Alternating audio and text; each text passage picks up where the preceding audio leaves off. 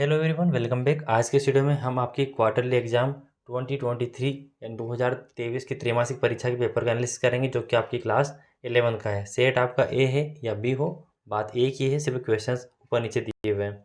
यहाँ पर आपका सेक्शन ए जो कि रीडिंग सेक्शन था, इसको रीड करना था। क्वेश्चन नंबर 1 में रीड द फॉलोइंग पैसेज में, और नीचे दिए क्वेश्चन का आंसर देना था बेसिस ऑन द पैसेज, यानी इस पैसेज के आधार पर। ये फिटनेस के ऊपर एक पैसेज दिया हुआ है, डेली एक्टिविटी के आधार पर कि कैसे हम डेली एक्टिविटी करके हमारा जो ब्रेन है उसको एक्टिव रख सकते हैं, खुद को एक्टिव रख के अपने काम कर सकते हैं।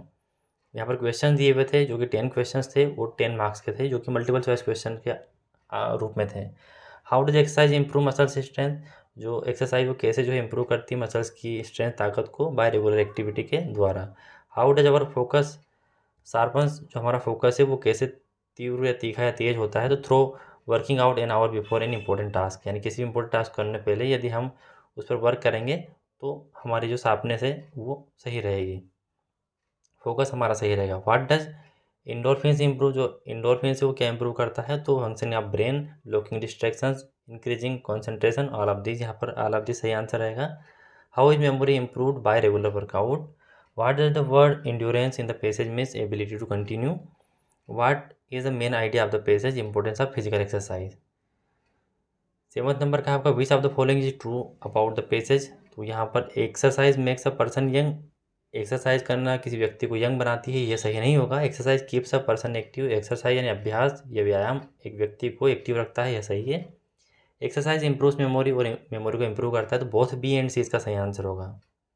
How can we get our work done, हम हमारा कार्य कैसे कंप्लीट कर सकते हैं, बाय वर्कआउट, यानी वर्कआउट के द्वारा हम अपना काम कर सकते हैं।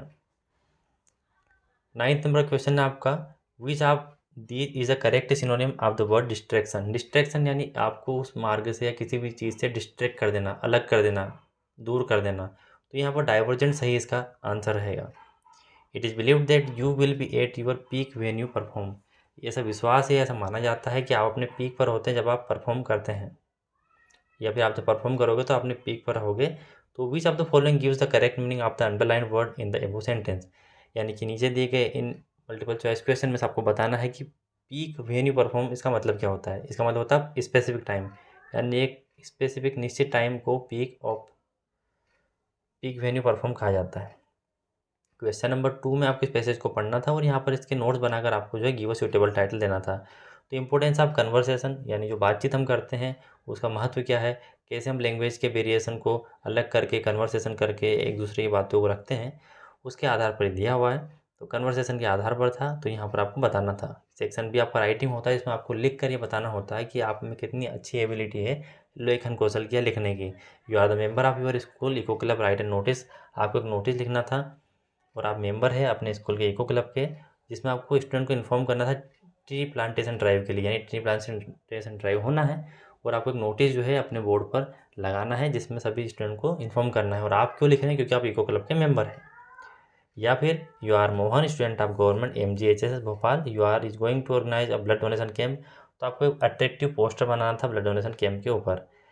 इन दोनों में से नोटिस और कैंप, जो ब्लड डोनेशन कैंप का पोस्टर है, इन दोनों में से आप कोई भी बना सकते थे। क्वेश्चन नंबर 4 है, write a letter to the collector of your district about the lack of facilities and malfunctioning of the government hospital of your area. आपके एरिया में जो माल फंक्शनिंग हो रही है गवर्नमेंट हॉस्पिटल में आपके एरिया में, या जो भी सुविधाएं उनकी कमी है, इसके लिए आपको एक लेटर लिखना था, कंप्लेंट लेटर, जो कि फॉर्मल लेटर होता है, अपने कलेक्टर को लिखना था। या फिर you are Manish residing at 45 M Nagar Ujjain, ये आपको एड्रेस दिया हुआ है। Write letter to your younger brother sharing your experience of your visit to hill station, आपको अपने बड़े भाई को, सॉरी यंगर ब्रदर यानी छोटे भाई को, आपको जो है अपने एक्सपीरियंस, अपने अनुभव को साझा करना है। जब आपने हिल स्टेशन, कोई भी हिल स्टेशन जहाँ पर आपने विजिट किया है, तो वहाँ के अनुभव को आपको लेटर में लिखकर अपने भाई के साथ शेयर करना है।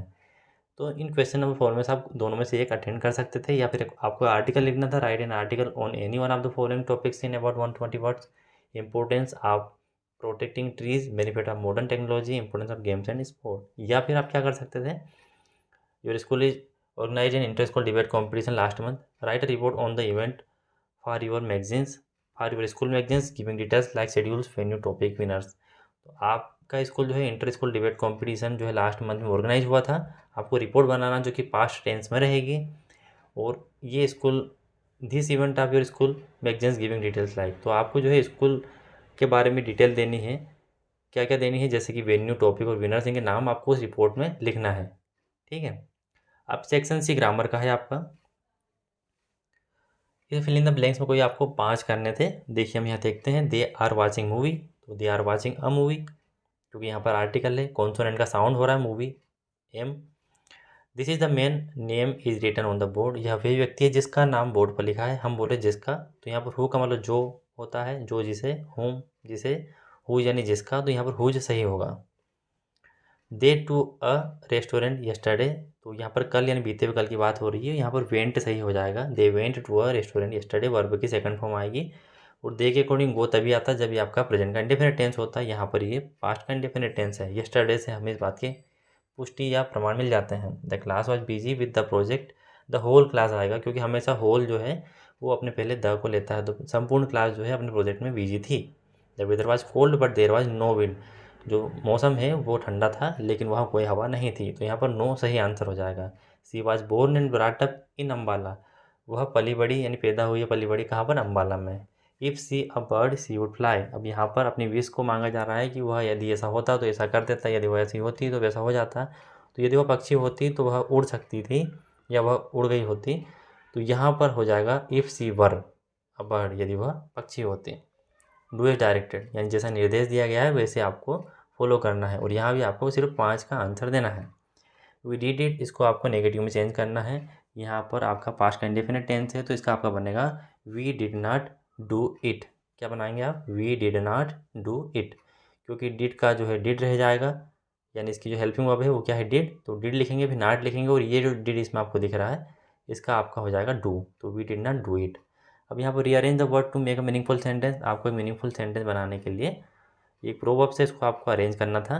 तो एन पहले आएगा, an apple a day keeps the doctor away. क्या लिखेंगे आप, an apple a day keeps the doctor away. He sleeping for 3 hours, correct the sentence. यहाँ पर आपको सही करना है कि वह 3 घंटे से सो रहा है, तो यहाँ पर ही स्लीपिंग फॉर 3 आवर्स, तो आप इसको करेक्ट करेंगे, क्या इसका सही होगा।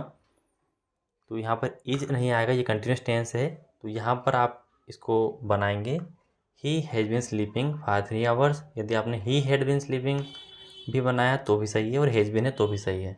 He is very poor, he can't pay his fees, इसको सो दैट के साथ जोड़ना था, तो वेरी की जगह पर सो लगा देंगे। ही इज़ सो पुअर, फिर फुल स्टॉप की जगह दैट लगा देंगे, दैट। इसके बाद आप लिखेंगे ही कैन नॉट पे हिज फीस, बस वेरी की जगह सिर्फ सो लगाना है और फुल स्टॉप की जगह दैट लगाना है, सेंटेंस एज इट इज आप लिख देंगे। दे आर प्लेइंग फुटबॉल, यहाँ पर चेंज द वॉइस, यहाँ पर वॉइस को आपको चेंज करना है, यानी एक्टिव वॉइस में है तो पेसिव में, और पेसिव में तो एक्टिव में। तो दे आर प्लेइंग लिखा है, दैट मीन्स ये एक्टिव वॉइस में है। अब आप इसको पेसिव में चेंज करेंगे, फुटबॉल को आगे लेके आएंगे, फुटबॉल, फुटबॉल आपका सिंगुलर है तो फुटबॉल इज, पहले ये कंटिन्यूस में है तो football is being played by them, या football is being played by them. कैसा बनाएंगे, football is being played by them. ये आपका बिंग इसलिए हमने लगाया जिससे ये पता चल जाएगा कि जो पिछला वाला हमारा टेंस था वो प्रेजेंट कंटिन्यूस था।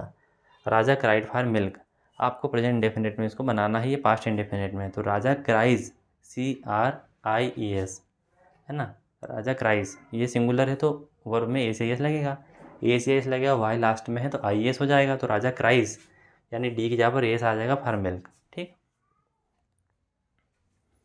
अब यहाँ पर हम सेक्शन डी देखते हैं, read the following passage carefully and answer the question given below.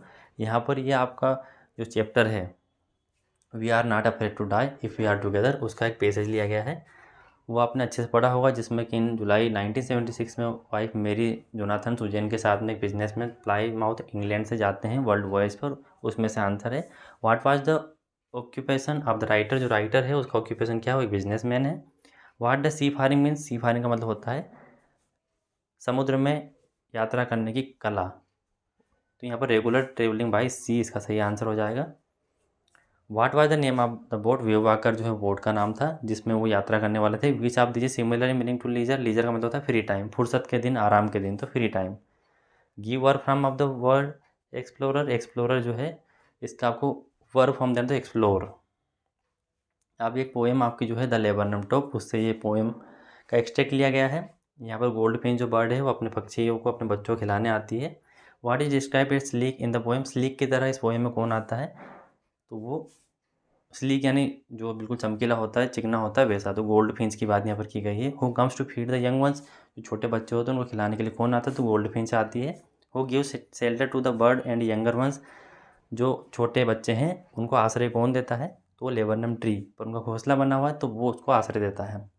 अब यहाँ पर एक और आपका जो है एक्सट्रैक्ट दिया हुआ है जो कि आपकी सेकेंडरी बुक से है, द एड्रेस वाले लेसन से। Who is the narrator trying to visit in the story, the narrator's owns home, उसके होम पर जो विजिट होता है। How old is the girl who answer the door during the narrator second visit, जो नो अगर यहाँ लिखा है now a girl of about 15 open the door, तो 15 ईयर की थी वो, यानी 15 वर्ष के आसपास की थी। द गर्ल्स एज नहीं। अब थर्ड नंबर पे देखिए, why does the narrator decide to wait for Mrs Dowling even though she not at home, because the narrator is curious about the possessions at the address, यानी उस address पर जो उसके अधिकार थे, जो उसकी माँ के समान थे, उनके लिए वो क्यूरियस थी, जिज्ञासु थी कि उनको देखना है, टच करना है थिंग्स। अब यहाँ पर फोर्थ नंबर वाला देखिए आप, what are the possessions the authors is referring to, things at the house of her mother, यानी इसके लिए वो रुकी थी जिन पर उसका अधिकार था। इसके बाद आपके क्वेश्चन आंसर थे। आई होप आपका पेपर काफ़ी अच्छा गया होगा, और यदि आपके कोई डाउट है तो आप मुझसे कमेंट बॉक्स में पूछ सकते हैं। मिलते हैं दोस्तों अलग इन्फॉर्मेटिव वीडियो में। बाकी आप प्लेलिस्ट में जाकर पोस्टर, एडवर्टीजमेंट, नोटिस, ये सभी देखकर अपनी तैयारी बेहतर तरीके से कर सकते हैं।